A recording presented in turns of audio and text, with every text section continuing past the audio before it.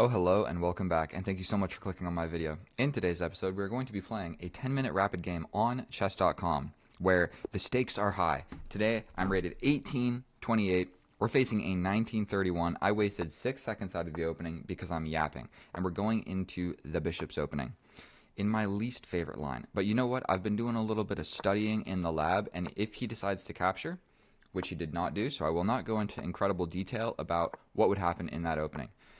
Now we're going to push this pawn. I have all of this memorized, but I understand that for some people newer at chess, maybe I should be explaining some of this stuff. So what we're worried about here is losing our light square bishop. So I think we're just going to go for his dark square bishop with the same mechanics he can go for our light square bishop. Now this move right here looks fancy.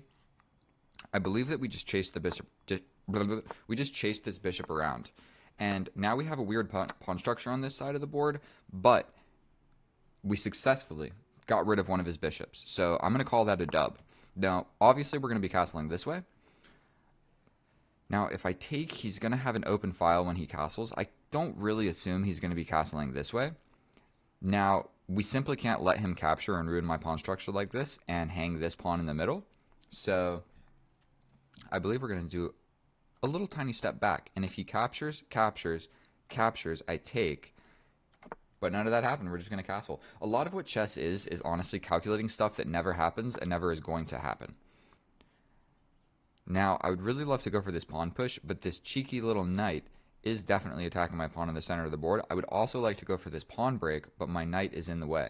So a way that I can kind of make all of it happen is, you know what, let's just trade for no real reason. That probably wasn't a good trade, but I like the idea of trading these knights and keeping my bishop versus knight and just trying to go into an endgame where I'm doing all right.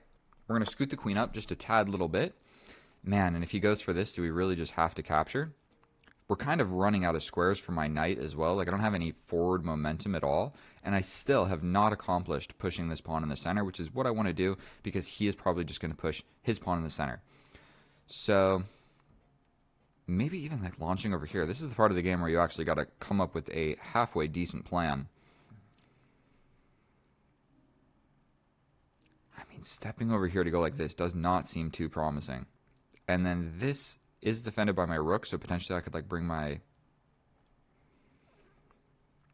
You know what? I know that I just put the queen here, but we're going to just slide over.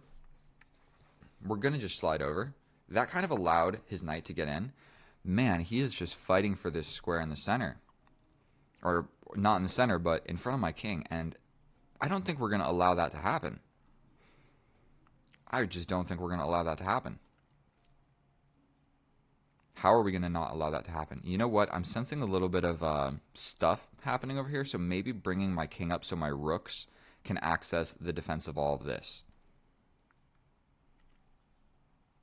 But I have completely given up on the idea of saving this bishop. I'm almost guaranteed I'm just going to not sacrifice, but I'm going to capture whatever comes to this square. And I'm just unsure what is the correct plan. I'm literally just making some waiting moves. Does pushing in the center accomplish anything for me? He doesn't even need to take. But let's just do it. So he's coming in.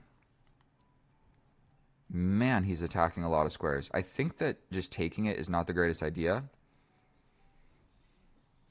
Whoa. So we're going to just step up. He has like slowly just started bringing every single piece to where my king is, and my pieces are not like the best defensive pieces over here. The reason I'm bringing the king up like this is so I can push this pawn and the knight can't take. But this pawn, my g2 pawn, is doing a very important job of defending this knight. If you take a gander, that's the only thing defending my knight. Bro, are you dead serious right now? Are you dead serious? I think I can win this pawn. I mean, this is obviously very scary. Bringing the rook.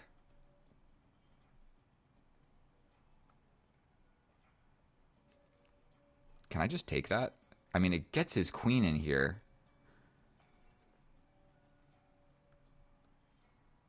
We're just going to go for this. We can't push this because this is undefended. But I could just kill the knight, and then his rook gets in. Then I play this. Ooh.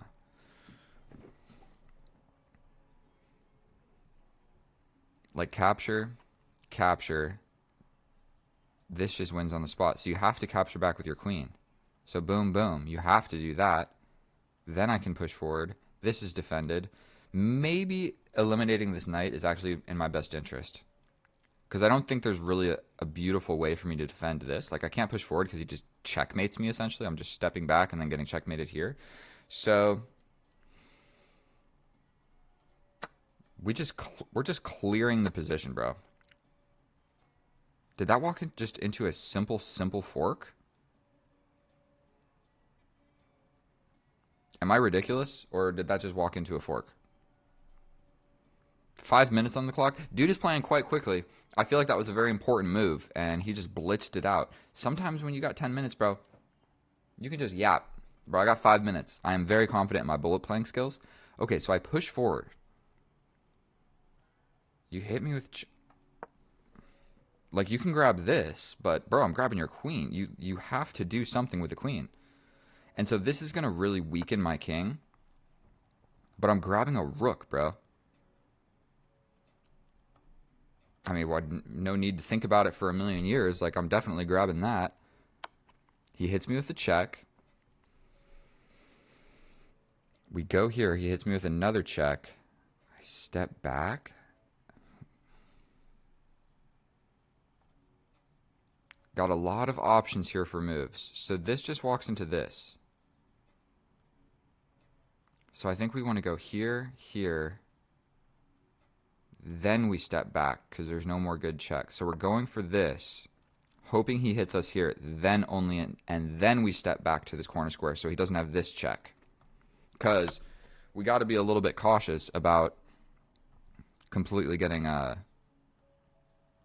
Okay, so obviously going here just walks into this. So we're going to step to the corner. He's probably going to attack this pawn.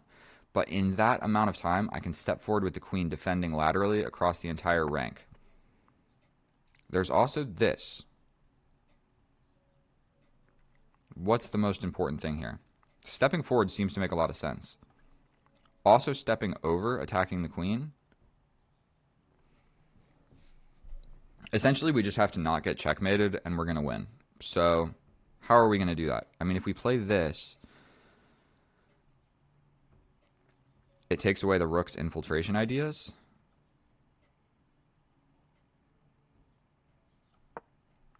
We're going to just go ahead and play that. So he's got this with his rook, but we could maybe step forward. Maybe we just sacrifice a pawn at this point. He wants to come in, obviously, with the rook. That was the whole idea. If we step forward, we just walk into this and step back, and he comes back. So that's not going to work. Pushing forward walks into this check where I just step over, and he can just get a draw. So what if we go here? We allow this. Oh, bro, did I completely... We step in. Hear me out. You step forward. Did I completely just choke this? What if I push here? Does that give me time? I step in. If you take with the rook, I think this is the move. We throw this forward. Now your rook arriving here is not an option, which made me lose the game. So I'm pretty sure that this is like a pawn sacrifice. Or, you know, like if his pawn takes, he gets in the way of the rook being able to get into my position. And that's the only way that I'm losing here. Okay. We solved one problem. Bringing this other rook. Okay, so I'm fairly certain that just going here and just defending this and attacking the queen all in one foul swoop, we need to get this other rook into the action. So stepping over with tempo on the queen, then bringing the other rook over here, seems to make a fair amount of sense. Not sure what that move really did. I can also just like attack the queen.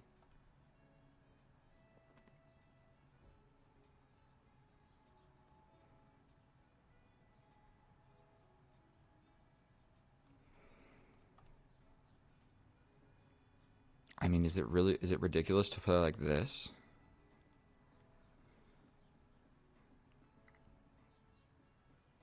We play this. Right. I mean, opening up the position.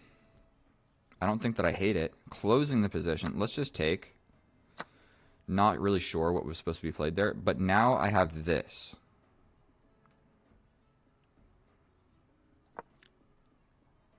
And then I have this. And bro, I have an extra rook, so as long as I'm not a retard, I'm going to be able to figure this out. Sorry for saying that word if you guys don't like it. I like the idea of just getting active. We can also threaten this. Ooh. We step in, threatening this, supporting this. We can also pin here. This is also threatening this.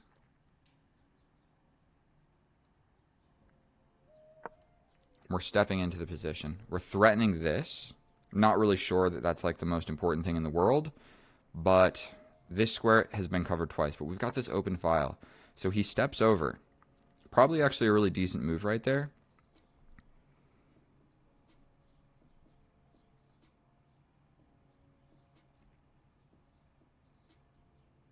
And just calm, cool, and collected, we're playing like this. All right, I really need to start playing a little bit faster. We're going like this. He can't really come in. We're stepping and attacking the queen. What are you going to do about this checkmate, bro? The answer is you're going to hang it in one move. So, that's how you beat a 1900 on chess.com. You let them attack you a little bit, and then they just crumble under the weight of their own. They made the game complicated, bro. I didn't even make the game complicated. They did. And then they simply walked into a fork from a more or less crushing position. Like if we go back to this, super standard opening. All of this is nonsense, but I got the dark square bishop, and I did all of that work just to trade my dark square bishop later. Now, in this position right here, he needed to take with the queen. How long did he spend on this move? 2 seconds, bro. This was the most important position in the entire game, and he played it in 2 seconds and loses the game. Bro had 9 minutes. He spent 1 minute and 3 seconds out of a 10-minute game. And that is just not how you play a rapid game of chess, bro. If you want to play a 1-minute game of chess, you know what I mean? All of the time was spent on me yapping.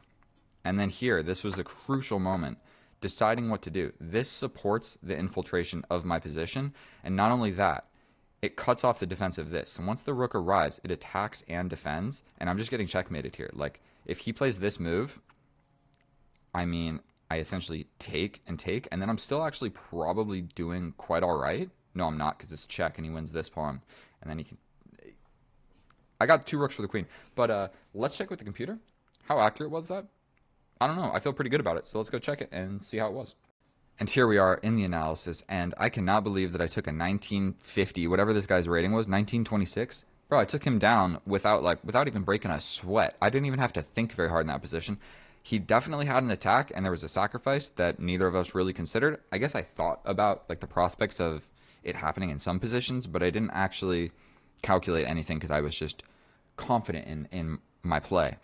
Take a look at this graph. We destroyed this dude. We destroyed. There was never a moment. Just this one moment of the sacrifice that neither of us saw. Whenever you see a big spike like this, that means, oh no, you blundered, but it must have been a complicated blunder because neither of us saw it. So ultimately, if it goes from here and then 2 seconds later, it's right here, it never happened. Pretend like it never happened. This is different, where there's a spike and it does not come back down. It stays up. Those are real blunders, where they were captured by one side. And so, one blunder in my position, 90% accurate, don't hate it, and our opponent 3 blunders, we know what some of those were, and so let's just hop into it. Now, the position that I was alluding to in the center, or in the beginning, not in the center, was this capture right here. I was kind of hoping to play this because I've never actually played it. What I would normally do is capture, the pawn comes, you step back, he gets the knight, you take here, and you have a worse position. Now, why would I go into that line and have a worse position? Because I didn't study openings, and that's just what would happen, okay? And then I became comfortable with it, and I let it happen too many times. The alternative to that is you see the knight come out, and you simply push the pawn, and you defend all of those sacrifice ideas, and then and only then do you bring the knight. But what I wanted to try this game was None of the above. We bring the knight, you capture, and I bring out the queen, where you have to step back to this really strange square. We go ahead and capture, and we go into an equal position. You can, oh, he's going to capture, and you either go back here or here. Either are pretty much fine. This one's more attacky, this one's more defendy, and so I wanted to try this position, okay? Or you can just be principled and none of the above. None of the above. You push the pawn, no sacrifices, no crazy stuff. You develop another piece. That's all we're doing, playing simple chess. Now, I push this pawn because I don't want to get hit with a pin where this knight jumps in, attacking all of that stuff. So the simple pawn push defends a lot of ideas getting into my position. At the drawback of it's a hook. So if he launches his pawn all the way forward, I'm confronted with a decision, okay? So this move, it gives a place for your bishop. It defends the knight and the bishop from arriving to this g4 square, but you get a hook, okay? So it's got like 3 good things, 1 really bad thing. So it's hard to say it's a okay move. Those are the good and the bad. Now, we just immediately go for this dark square bishop. He can try and run away, but ultimately I'm just going to chase him around with pawns until I capture him, okay? Now, I could have waited here, and this would have been a moment to where, like, this bishop is never escaping. I'm going to be able to grab him whenever I want. It would have made sense to, like, develop a piece or castle or whatever, because this capture is never going anywhere, okay? So that's 3 minutes into the opening. I think we have covered a considerable amount. Now, I didn't want to capture immediately because it just opens up this file, is why I didn't want to capture. It's actually the best move, but stepping back is just fine as well. And then for whatever reason, a few moves later, I decide to capture, and I give him the open file. And the reason I didn't want to do that, I will be able to illustrate that for you in about 10 moves. So we're just making moves. I'm really not sure what to do. All I know is that I have the bishop, but I have done nothing to get my pieces closer to his king, and I have really done nothing to stop his pieces from getting closer to my king. So you could argue that I'm not playing very good chess. Now, the best move is to step back with the knight. Either way. What move did I even choose? I play a pawn push in the center. Now, this opens up ideas for sacrifices. He can sacrifice here. If I go for this, I'm just really losing, because if the knight gets in, how am I defending all of this stuff? Say I, like, step forward, he's just hitting me with checks. And if I take back, he's just hitting me with more checks. And if I step back, by golly, he's getting into the position with checkmate. So that rook sacrifice, all you need is, more attackers than defenders. And he's got right now 2 attackers, and my rook, you can hardly even call it a defender. So essentially, I've got no defenders. I've got, like, an extra rook, and I'm up, but whatever. So neither of us saw it. That is why this is the spike, okay? Right here in the position. I don't know if it's going to show up on the map. Yes, it is. Can you see the line? Okay. Boom. Blunder, it goes down. You see where the line in the middle is? Then he misses it, so it goes back up. So that's what those spikes are. I blunder, he didn't see the idea, and he blunders right back. So the position is unchanged, essentially, from before and after this blunder. We step forward. Best move. I realize maybe I'm going to want to bring my rooks behind, and I'm definitely going to want to defend this with at least another piece. So we capture, and I capture here for a really simple idea. That knight was attacking crucial squares in my position. My bishop was kind of doing nothing, so trading it off makes a lot of sense. And in this position, he can capture 1, 2, 3 different ways, and only one of them loses. If he captures the queen, it's just a completely equal position. We push here. He gets into the position.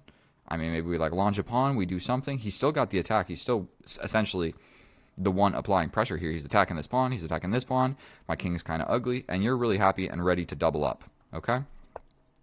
If you capture with the pawn, then okay.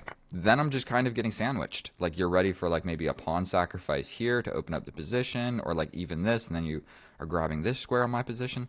Long story short, he spent 2 seconds on this move right here, which walks into a simple fork.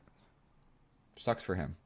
I'm sorry to our opponent for playing this, but sometimes this was a little bit of hope chess, capturing and realizing that this option was there, and boom, it's there. And like, yes, we ruined my pawn structure. Now this is a little bit instructive. My little king dance that I did here, I realized that this check was going to be annoying and this pawn is weak. So the best practice here is to step over, then he hits you with check, and then and only then do you step back to the corner, because his queen arriving to this square and giving this check is no longer an option. Technically, everything is winning, so you don't got to worry about it. But we go here, and then best move. So what we're really worried about is this. So check this out. If I play anything else, then I'm completely lost because the rook arrives. Yes, I can take, but he gets this with check. I step up, and then he gets this pawn. And I'm just completely losing. Like, yes, I have the two rooks for the queen, but my pawns are separated. Everything in the position is weak. His king is safe. All of his pawns are, like, super secure. And my two rooks kind of suck against this queen right now. And so, yeah, in this position, I just am completely losing. And say that I try and run away, well, then I'm just going to get checkmated. Well, he'll probably bring the queen. I step over, then he checkmates me some other way. I'm going to lose the game. So the only good way to defend that is step up with the king, but that's also not great because he can still just jump in, and then, I don't know, it's just not what you want. Throwing this pawn forward blocks this square from the rook, okay? The rook either is going to arrive here, and we trade it, and he replaces it with a pawn. Long story short, the queen, it just cuts the rook off from the square. So this is just a pawn push, but it's really kind of important. This is the square that we're worried about, so we just jump past it. And all of a sudden it's blocked. The rook is not arriving to the square, at least not immediately. We trade, we step over. Now we're confronting the queen. We're attacking this. He has to step over. Now we just put my rook to a nice little active square. We trade off, and the reason that I trade off here is because boom, boom, now I have an open file, okay? So he steps back. I go ahead and just threaten checkmate in one. We go ahead and just pin this. So now if the rook goes anywhere, I'm pretty much just going to take the queen with check. So it's just my queen is uber active, and I'm threatening this because I can just take this pawn for free because the pin on the king. Okay? Now, I can sacrifice here, and if he takes, I take here. And then I'm threatening checkmate here. That's kind of unstoppable. The only way to stop it would be to trade the queens. Completely winning. But you can just be simple. Double the rooks. Get into the position. And then what is he supposed to do here realistically? Like, you just step over. I mean, I take. You take with this. And, bro, I've just got two rooks versus one. I'm winning this every single time. Thank you so much for watching my video. Absolutely crushed that guy. I feel bad. We'll try another one. Maybe I lose. But one thing that I've been doing is playing just casual games against pretty much only higher rated opponents. Okay, that's not true. Whatever opponent wants to play me. But I've been doing a lot of casual games against like 2000s, 2100s, and I think that's really helping me out because I'm like 2000 on a good day on Lichess, and so I'm just playing people that are better than me, and it's forcing me to get better. And so I don't play on chess.com very often, so when I do, I get on here and I feel like I just crush people. Yesterday, I played Bullet. I won like 10 games in a row on my phone parked outside of the gym. So just play a lot of casual games, and you don't have to worry about the elo or whatever. And then when you come back and you play a rated game, I feel like you're just better than your opponent at that point. So thank you so much for watching the video. I'll see you guys in the next one. I love you. Bye.